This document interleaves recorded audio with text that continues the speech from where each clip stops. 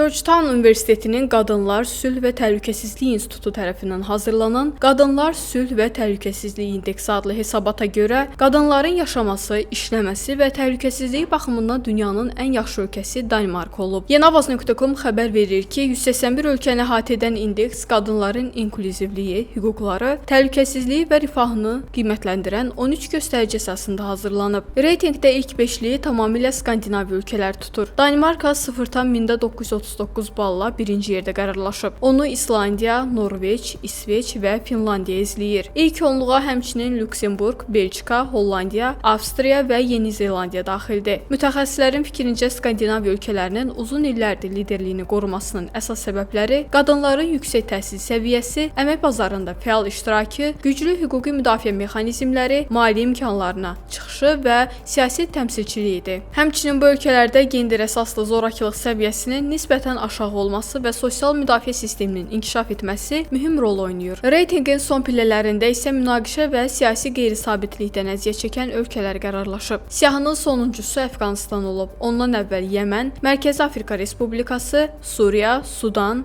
Haiti, Konqo Demokratik Respublikası, Burundi, Cənubi Sudan və Myanma yer alır. Hesabatda qeyd olunur ki, Azərbaycan 0,653 balla 181 ölkə arasında 111-ci sırada qərarlaşıb. Bu göstəriciyə görə Azərbaycan keçmiş SSR və region ölkələri arasında son sıralarda yer alıb. Keçmiş SSR və region ölkələrinin qadınlar üçün ən yaxşı ölkələrin sıralamalarındakı mövqeyi belə olub.